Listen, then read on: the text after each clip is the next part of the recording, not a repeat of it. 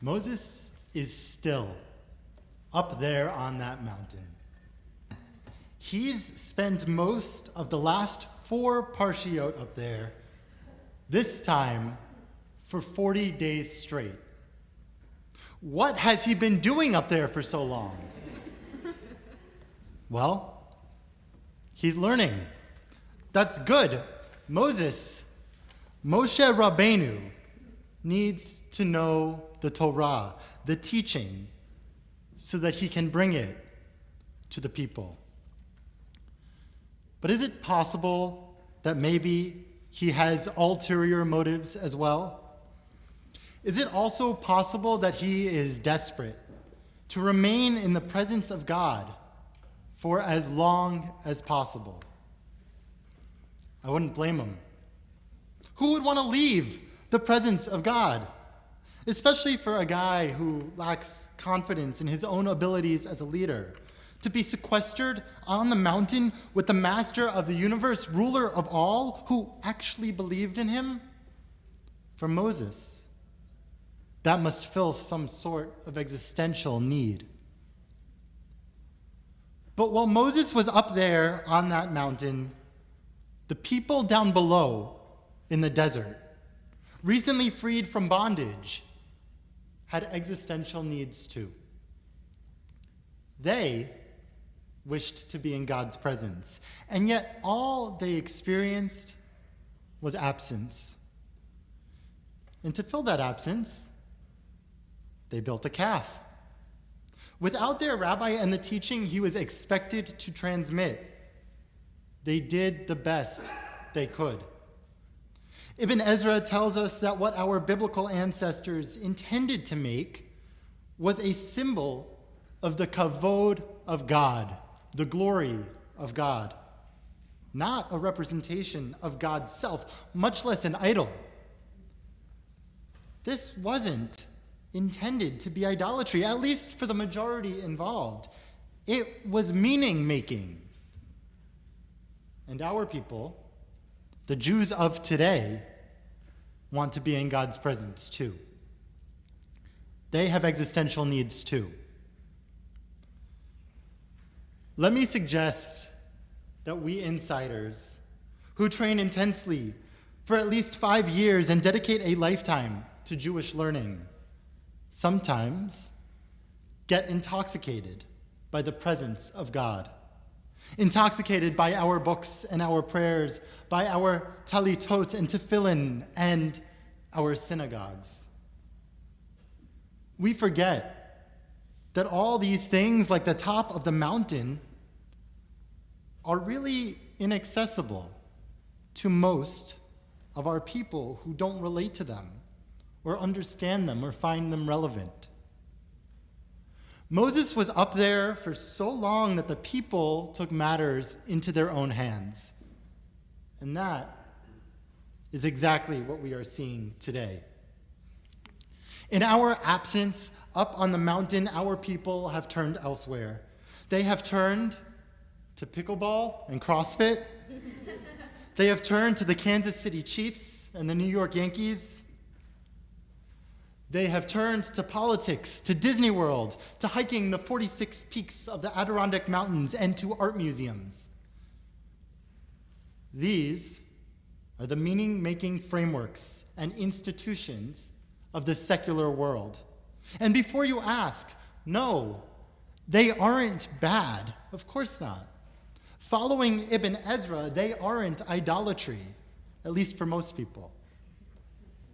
But they are equally not Jewish, because they lack the Torah that Jewish leaders and Jewish institutions, synagogues especially, have kept for themselves. Note that the Torah says precisely that it was because Moses delayed on the mountain that there was an absence of a learned leader, which ultimately led to the creation of the calf. After God finished speaking to Moses, Kechaluto lidaber ito, we read, Vayar ha'am ki voshesh Moshe laredet min hahar. The people saw that Moses delayed in coming down from the mountain. And over the course of the next day, with their leader nowhere in sight, they made a calf. Only after which God more sternly implored a reluctant Moses, "You really got to get down there, dude."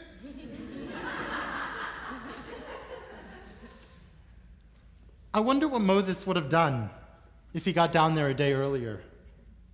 If he left the mountain when God told him they were done talking. Maybe he would have taken the time to hear what the people were thinking. Maybe he would have addressed their ideas with empathy and gently guided them down the path that afforded them creativity and control while harmonizing with the Jewish tradition that he had received. Something that combined their secular or non-Jewish interests and ideas with a Jewish backbone. Maybe Moses, having grown up in the same cultural context they did, could have figured out how to bridge the familiar with the holy teaching that he was given, and maybe he would have come up with a plan that incorporated appropriate elements of each. One that was perhaps in line with what God asked for, but also met the people where they were. Unfortunately, that's not what happened. Moses was too late, and the people had already taken it upon themselves to create a structure for meaning making. So then what happened? Moses got angry. He smashed the tablets, perhaps thinking that it was no use, that these people were totally lost. They're beyond trying to lead and shepherd back toward Judaism, toward Torah. He punished the people for their non-Torah-based meaning making, making them drink the ground-up gold dust of the calf. And then he fled right back up to his safe place, the top of the mountain, alone with God once more. Moses was too late. But it's not too late for us. The story of the golden calf and Moses' ultimate bringing of God and Judaism down from Sinai and within sight and grasp of the people invites us to offer an empathetic understanding of the secular meaning-making systems many Jews have already adopted today. And rather than trying to replace them, to get people to leave the communities and identities they've formed in other spaces, our system of meaning-making can mesh with those systems.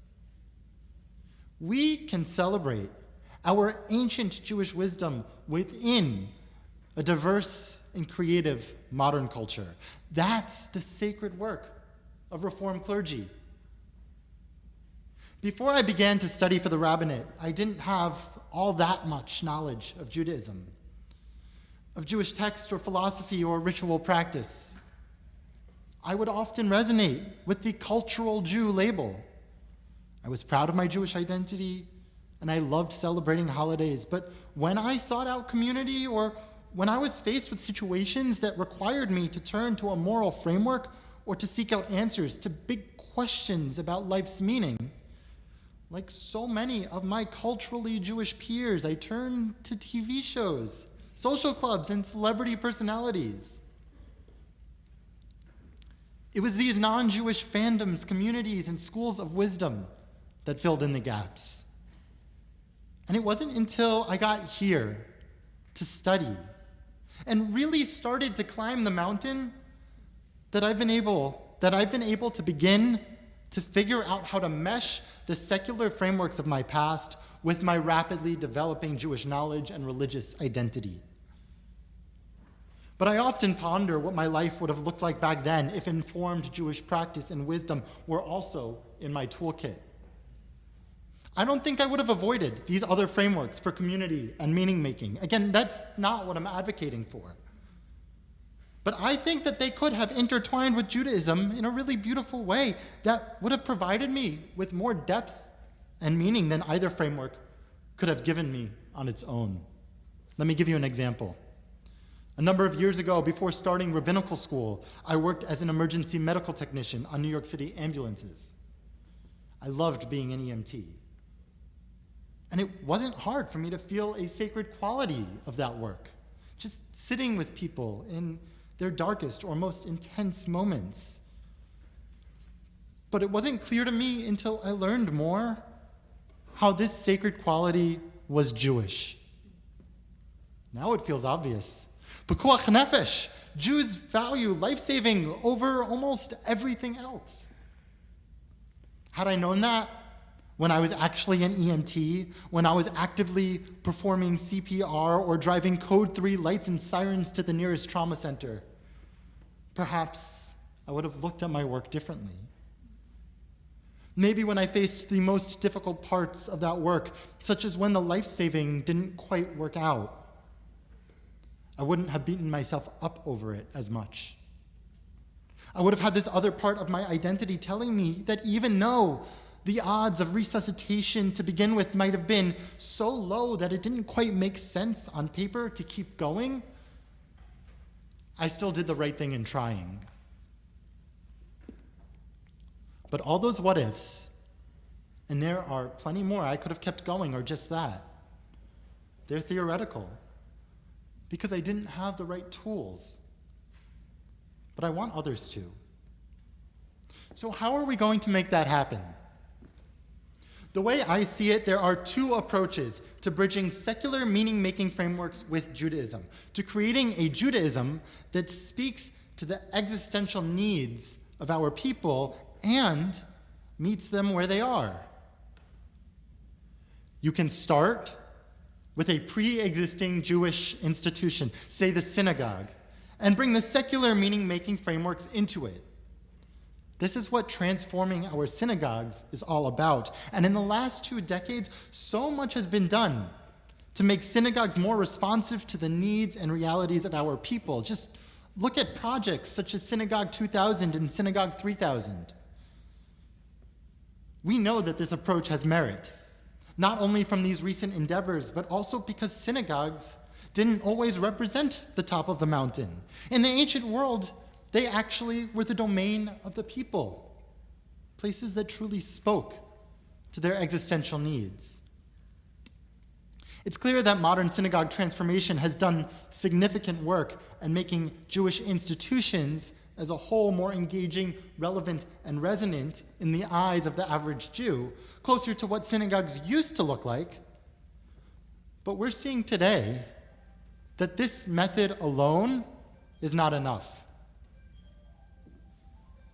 That brings me to the second approach, which instead of trying to bring the majority of the people up a mountain they have no interest in climbing, brings Judaism down the mountain, just as Moses meant to do.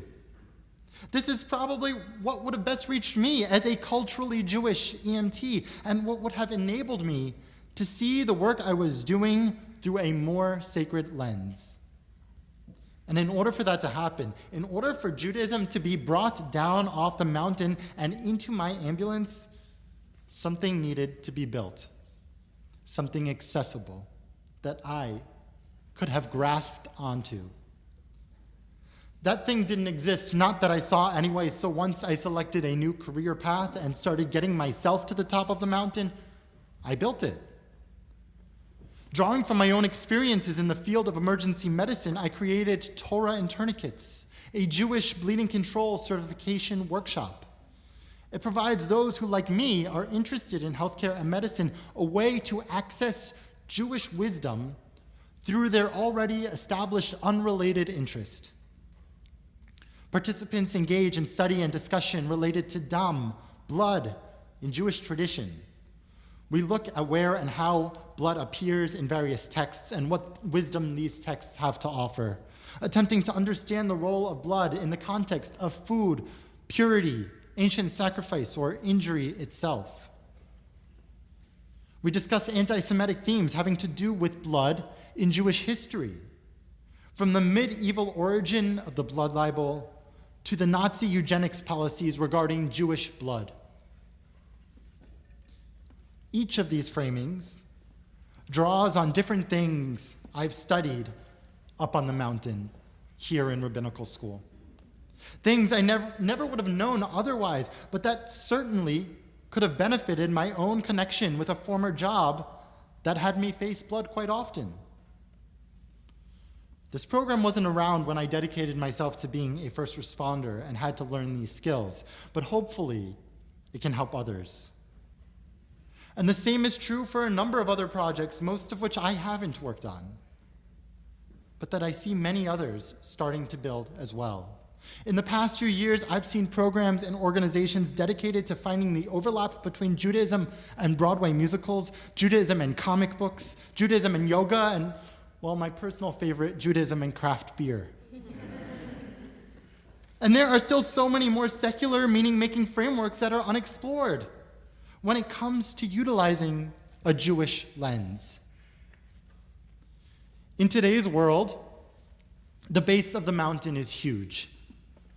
And I am not asking for each of us to rush down the mountain and bridge as many things as possible with Judaism. It's important that we don't rush.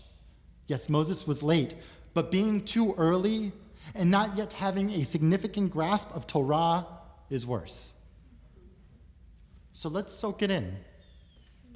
But when it's time, let's find these golden calves.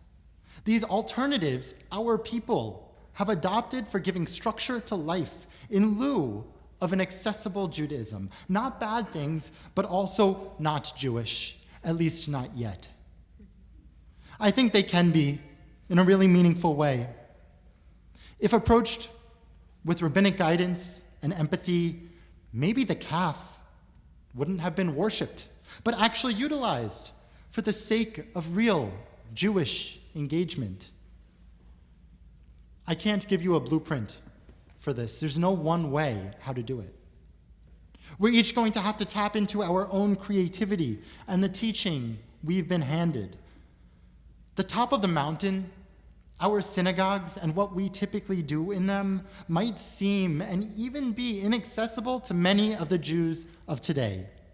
But the Torah contained within is not irrelevant. So long as we bring it, and therefore ourselves, within reach of the people. Only then can Torah be at the core of meaning-making for all our people, just as God intended.